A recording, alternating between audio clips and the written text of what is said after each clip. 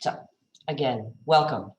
We're going to give participants a few more minutes to join. I see that there are several joining, and my colleague Ute, who is on the other screen, will allow them to join while we get started.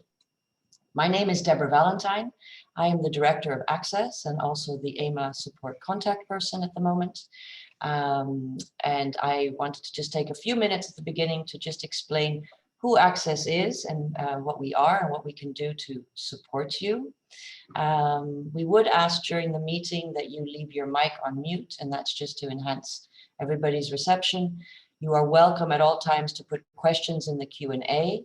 We will leave the questions for after the presentation, but please do share them with us along the way so that we can have a short discussion after the meeting. The meeting is scheduled to end at 1, but please rest assured if there's an interesting discussion going on, we will keep the call open for you. So a little bit about ACCESS that I wanted to share with you. ACCESS is a volunteer-driven organization, started more than 35 years ago in the Hague region, but now working nationally. Our purpose at the time was to help, in particular, the partners of people who were relocating to the Netherlands. And that is still what we do. Our volunteers come to us, we help them by giving them something to do, by allowing them to share their skills, learn new skills, but they in turn allow us to respond to the many, many questions that people have when they arrive in a new country. We are peer-to-peer support. A lot of the questions we answer, we do so not only with the experience of the organization, but with the personal experiences of all our volunteers. And as I said, we're based in The Hague, but we do work nationally. Our phone number and our website are available to all people. I think somebody has a mic on, but Ute's looking after that. So this is how we help. Our website has more than 300 frequently asked questions and answers, of course. Our help desk is there for any of the questions that you cannot find on the website. Our counseling network, which is a network of professional psychotherapists with expatriate experience, is also available. 2 of them are on call every month that you can reach out to and be referred to the right support that you may need. Our training network, of which Ute is a member, is a selection of trainers, professionals offering a variety of skills to help people who are relocating to a new country. And our magazine, which we produce 3 times a year, is all about things happening in and around, or actually in the Netherlands. And we hope that it helps to increase your knowledge of the country and also give you something to perhaps connect with and discuss with neighbors or people that you meet. So that is who ACCESS is. Sorry, I should stop my share. It now gives me great pleasure to introduce Ute Limacher, who is one of our trainers, as I mentioned, who specializes in the subject matter that we're going to be discussing today. Please do share your questions along the way. After about half an hour, we'll stop the recording, and then we will open the group to discussions. Yes, and ACCESS is here to help you. We support the community at large, but we are also here to support the AMA staff members, and in particular, the spouses and the partners of the staff members. And before I forget, a warm welcome also from Fergal Cooney from your Human Resources Department, who was unable to join us this morning. So Ute, I'm going to allow you to introduce yourself and carry this meeting forward. Thank you. Thank you very much, Deborah. Thank you everyone for joining us this morning, this afternoon. It's 12, so it's afternoon already. I would like to ask you again, for those who joined a little bit later, to please mute yourself I have tried to do this so far, and Deborah will keep on muting and welcoming, of course, everyone who is joining after this moment. So before I start with my presentation that will take about 30-ish minutes, I would like to ask some questions to you. And these are 2 questions actually that will allow me to know a little bit who is in the room. You will see them appear now, and I ask you kindly to answer them. For the first question, it's about what languages you speak at home in your family. You can opt for one. And the second one is how old your children are. So maybe you are expecting children, maybe your children are a bit older, between, I see now, it's coming in. Great, English, many who have English as their family languages. Perfect, yes. And many are a few are expecting children, others have children that are more toddlers. Great. And also a few who have older children. That's very interesting.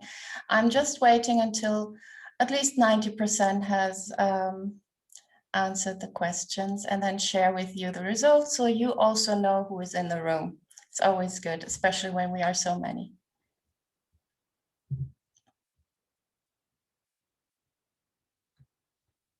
Great.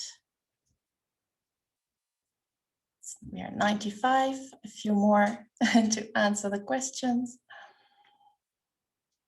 I have several different languages in our home, so I think I'm not the only one. Of course, I'm not.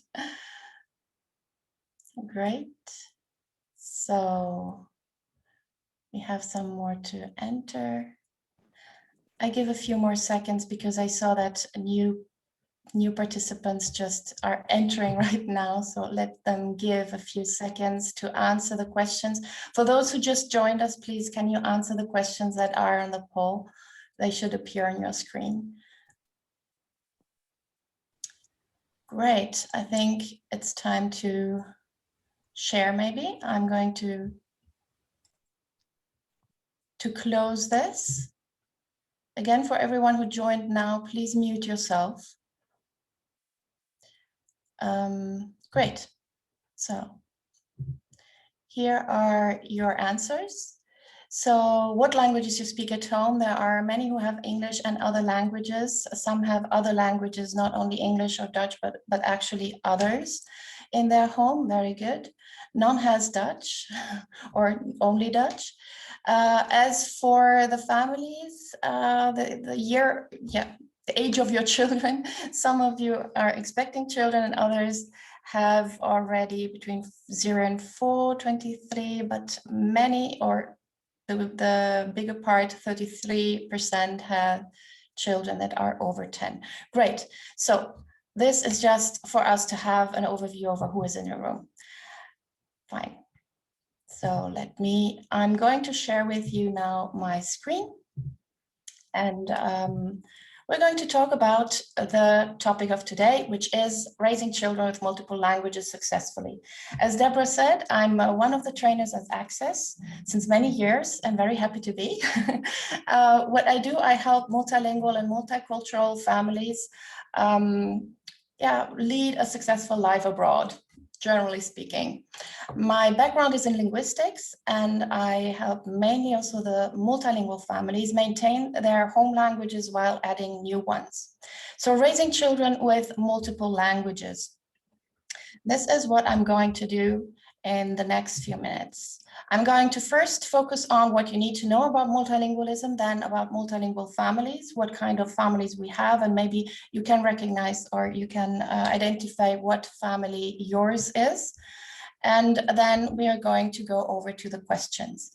Before we even start with this topic, I would like to draw your attention to what actually are multilinguals or bilinguals. I use this term interchangeably. Bilinguals is rather maybe a family or a person who speaks 2 languages, a multilingual 2 or more languages. But the state of the art now of the definition of who a bi or multilingual is someone who regularly uses 2 or more languages or dialects. And I may want to add here also even sign languages, in their everyday life. Okay, what is not important is the level of fluency and that all language skills are developed. And it's also not important the age when the languages are acquired or learned. Acquired is what we learn in the first few years, and learned is everything that comes in a formal setting. Now, I wanted to share this nice picture with you that is taken from a book from Colin Baker, A Parents and Teachers Guide to Bilingualism, which illustrates a bit nicely what it means to be biomultilingual. With one wheel, we can go places, so we can with two wheels. However, when we do with two wheels to go further, we need to know what we are doing. Yeah, so we need to have actually wheels that roll. So we need to know what we are doing. In order to know what we are doing, we have to inform ourselves. And this is what I'm going to do in the next minutes, at least for very important or the main aspects that we have to know. Let me debunk 3 of the many myths about multilingualism we have to be prepared for. I have 26 on my website, and you're kindly invited to check them all out, but let's just start with 3 of them. Multilingual children are at greater risk to have language delay. This is, for example, for the parents who have very young children, maybe who are not verbal yet. There's a general assumption that children who are brought up multilingual have a greater risk to developing a language delay or even a disorder. It remains very unclear to many people what exactly means language delay. This is usually when a child lags behind in her or his additional language development. In multilingual children, this can be due to the fact that because they learn 2 languages at the same time or successively, they have less contact with other speakers in the additional language than their monolingual peers. And this is why we need to provide exposure. Research shows, though, that at some point, it's around age 8, when a child is exposed to more than 2 languages from a very early stage, around age 8, they will make up for any kind of delay or lagging behind, and they will reach the important milestones in language development like their peers that are monolingual. So what is important to know is that if a multilingual child has a speech or language development issue, I don't want to say others, other kind of words, it should be visible in both or all their languages. So if a child seems to lag behind in Dutch, it might be that the child is lagging behind also in the other languages, and we have to figure out how to help the child. The next myth is learning multiple languages confuses children, and which is reflected in them mixing the languages. When children acquire several languages at the same time, they often use words from the languages interchangeably in the same sentence. And this is called code mixing. For example, when they say, "Mommy, where's my vélo?" Vélo, French term for bike. This code mixing often gives the first impression that the child is confused, but the opposite is true. Code mixing is not an expression of problematic language acquisition, but it requires actually a very good command of both or all the languages. It's therefore a sign of the child's great language skills. Furthermore, children usually use or do this code mixing when they know that the other person can understand both or all languages, because you can actually also mix 3 or 4. I do so, and I think many multilinguals do. The next myth is about multilinguals having equal and perfect knowledge of all of their languages, whatever perfect means. And this is a very common myth that I would like to debunk also with a picture that I hope is illustrating this nicely. Bi or multilinguals do not have equal and perfect knowledge of all their languages. The reason for this is because we learn or we acquire languages for different purposes and to a very different extent. So our skills that can be understanding, speaking, reading, and writing can be distributed in very different ways.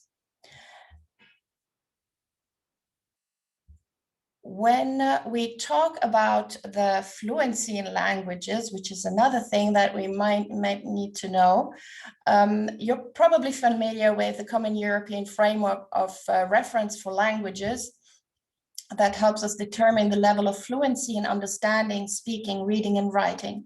Now, when we raise children with multiple languages, it is important to know that it takes many years to reach the different levels of fluency. You can see on the bottom, the BICS is an expression. It's basic interpersonal communicative skills, which is listening and speaking, and it takes about 1 to 3 years to get there, to be able to actually speak and understand what others are saying on a basic level of comprehension. And reaching then the cognitive academic language proficiency, that's on the right, it takes other 5 years. So you add them, it's 8 years, 8-ish years that it takes to reach that academic level, which means the level that we need to cope in the academic demands placed upon us on various subjects, for example, and that are referring to the reading and the writing as well, on top of understanding and speaking. Now, language development, and this is one thing that many parents and also language learners worry about, is what if there is anything that slows down this learning, and what do we have to do? Now, first of all, we have to know when this can happen in order to be prepared, and also to tell people, teachers, educators, neighbors, whoever, colleagues, what is going on. So whenever a change happens in the family, and there is less time to dedicate to the child, less exposure in the target language, or a shift in the child's language use, this slowing down of the language development can happen. And possible reasons for this can be either they are starting daycare or school, or a new school, illness of the child or a family member, the fact that parent or parents travel, the separation of parents, the arrival of a sibling, because then family dynamics change, and also the way we use languages can change, or a move. Now, when children start going to daycare or school in another language, their language development in the home languages tend to slow down for obvious reasons, because the other language, the one of their education, becomes more important. Jim Cummins has done extensive research about this, and what is called developmental interdependency hypothesis. When they start going to school, sometimes the children stop speaking more the home language, and this is the moment where we as parents should actually help them a little bit more to maintain their home languages. As a consequence for our children to struggle maybe with our home languages, or even the school language, if this is the case, is that some teachers tend to tell parents to prefer to focus on the school language only. This should not be the case. One should not do this. What's need to be clear is that fostering the home languages is not at the expense of the school language, and vice versa. We might see the language performance of our children on the surface, like on the top of these two icebergs. These are the two languages, and let's say we only see this and we think, okay, there is something going on. We have to avoid one language in order to foster the other one. But what we don't see is the complex structure that lays underneath the surface, and that our children learn by connecting their knowledge in the different languages. The common underlying proficiency represents the set of skills on the metalinguistic knowledge that our children have. For example, how the sentences are formed, what kind of word I have to use in that sentence in order to convey my thought or my feelings. So any expansion of these skills that are underlying in one language has a beneficial effect also on the other language. So, and this theory actually also serves to explain why it becomes easier to learn additional languages later in life, because we base them on what we know already in our first language or first languages. To quote Jim Cummins, conceptual knowledge developed in one language helps to make input in the other language comprehensible. Now, when our children are assessed at school or anywhere, it is crucial that they are assessed in all of their languages. Like in this graphic, you can see the monolingual English proficiency of these children that are 2.5 years old is slightly under the line of those who are bilinguals. In this case study, it's English and Spanish speaking children. I have indicated a book if you want to dig a little bit deeper about how these assessments are done. But I think it is a little bit clearer if I show it with an example. If a child knows that an apple is called Apfel in German, mela in Italian, and manzana in Spanish, we have to add these words. We count the 3 words, not saying, well, my child knows what an apple is, and you count the object in the world that the child can recognize and name. No, you count all the words in the different languages that the child can connect with the object or the emotion or the person or whatever. Also, when a toddler says na, for example, for banana, and I understand that na means banana and give the banana to my child, na is a word that gets counted. The same goes for onomatopoeias, like bao bao of woof woof for the sound of a dog, for example. They get also counted. Depending, of course, of the stage of language development of our children, we surely don't want to, or we don't expect a 10-year-old to say woof woof. We expect them to be able to say this is a dog, or this is a hund, cane, or perro, talking about the languages that I had in this example. Now, let's focus on the multilingual family. I'm a fan of plans. And I firmly believe, like Antoine de Saint-Exupéry, that a goal without a plan is just a wish. It helps to focus on what one wants to achieve, not only because it gives us a direction, but also on a psychological level. It's always better to blame a plan than a person if something doesn't go as expected. Now, it is important for every multilingual family to define some language goals. What languages the child needs to speak, maybe read and write, to what extent? What are the expectations in terms of fluency? Should my child be able to speak with family and other adults? Is that enough? Or maybe also the broader community? Should my child be able to write and maybe read also messages or literature? Should my child be able to write formal texts? And we have to define realistic goals. Are they reachable in the given time frame with the resources and the help that we have? Also, we want to focus on what our family language situation is. Who speaks what language and when, with whom? How much exposure does the child receive in each language? And what is the school and community language? Is it different from the one that we have at home, or is it the same? How can we help our child to maintain the home languages and then also foster the school languages?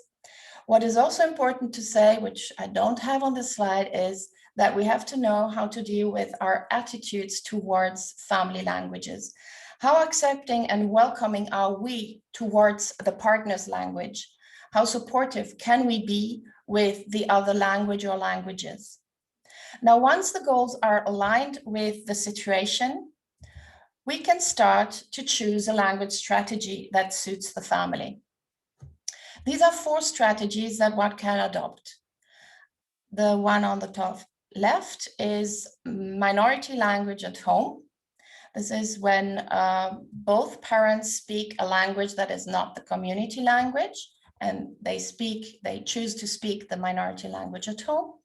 The other one is one person, one language, where each parent speaks another language.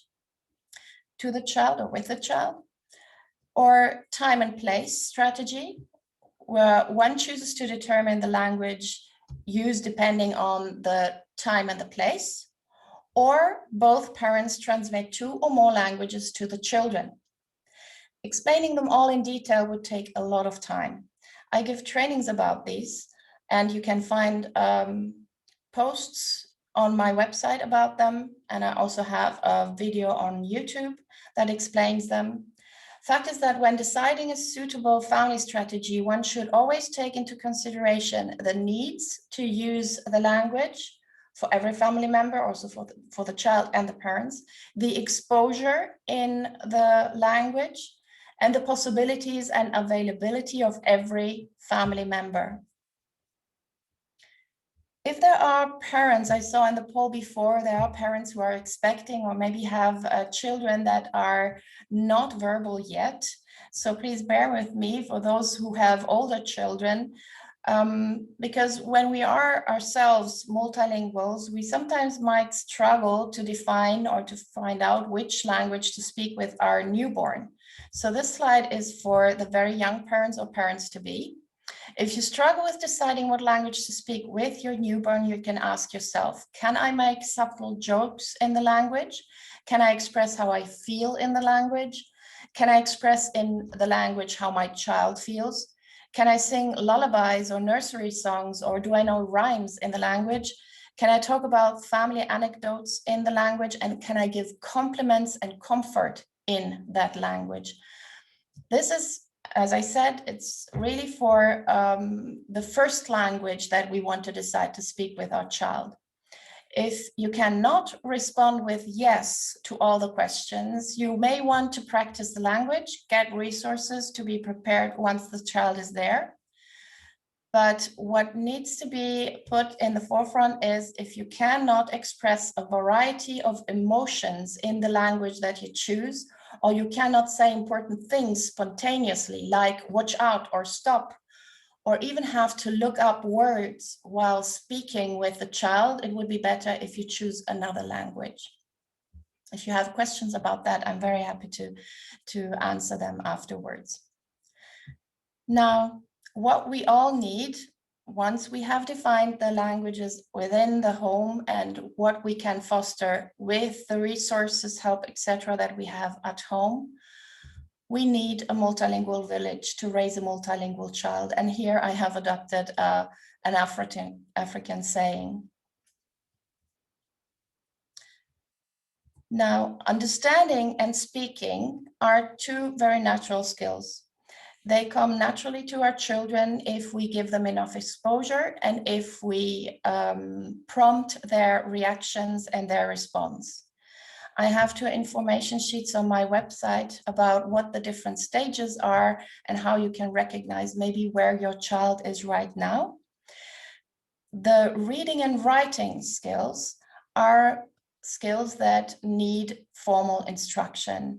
And this is very often the reason why many families decide to leave it up to the school to please, to teachers who know what they are doing because it's their job, they are trained for that, to teach our children how to read, how to make sense of these letters on the page, and how to foster these skills, and then also learn how to write before then starting to read and write in the home language. I always say, follow your child in this. If a child is very curious and wants to know this before reading and writing is taught at school, it can be useful to start this at home. I have a multiliteracy friendly home checklist on my website, and I've also published a toolbox for multilingual families with a lot of activities and games to do with children. I want to emphasize this once again. So this is these are all free downloads in the next days. I also collaborated a Peach project, it's a EU project, where we provide resources and guidance to families who raise their children with multiple languages. And this guide is free downloadable in, let me just remember the languages. It is in Italian, English, of course, Italian, German, Spanish, and Romanian. The Spanish, I think, is coming out now in April. And the ebook of my toolbox, you can download it for free on the 27th of March, when we are celebrating International Day of Multilingualism.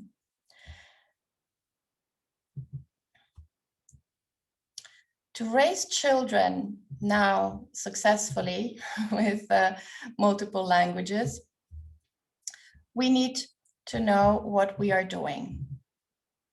Yeah, like the little picture that I had at the beginning, we have to have a bike. And we have to make sure our children get the needed exposure that provides means, opportunities, and motivation. We need a mom. Means, that is tools and methods that support their languages. Opportunities, that are situations for them to use and explore their languages in all their facets. Know how to speak with a child, with a peer, with an adult, and be able maybe also to read and write, so that they can become confident in the language and stay, and this is the second M, motivated. To enjoy speaking their languages, possibly also reading and writing. We also need to set realistic goals. Is it realistic to expect that a child is able to speak and read within a few months without additional help? And we need to choose a tailored family language strategy.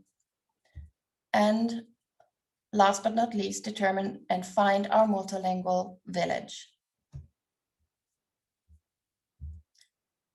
I have free online meetings that are accessible for everyone. One is next week. You can find more information on my website.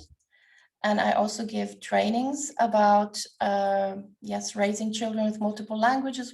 Next one is on the 7th of April for parents of 7 to 10-year-olds. And you can find me a little bit everywhere. We'll share this maybe with you if you wish. And it is now my pleasure to answer your questions if you have in the chat. I'm going to come back to the full screen to see everyone, or at least to access the screen and the chat.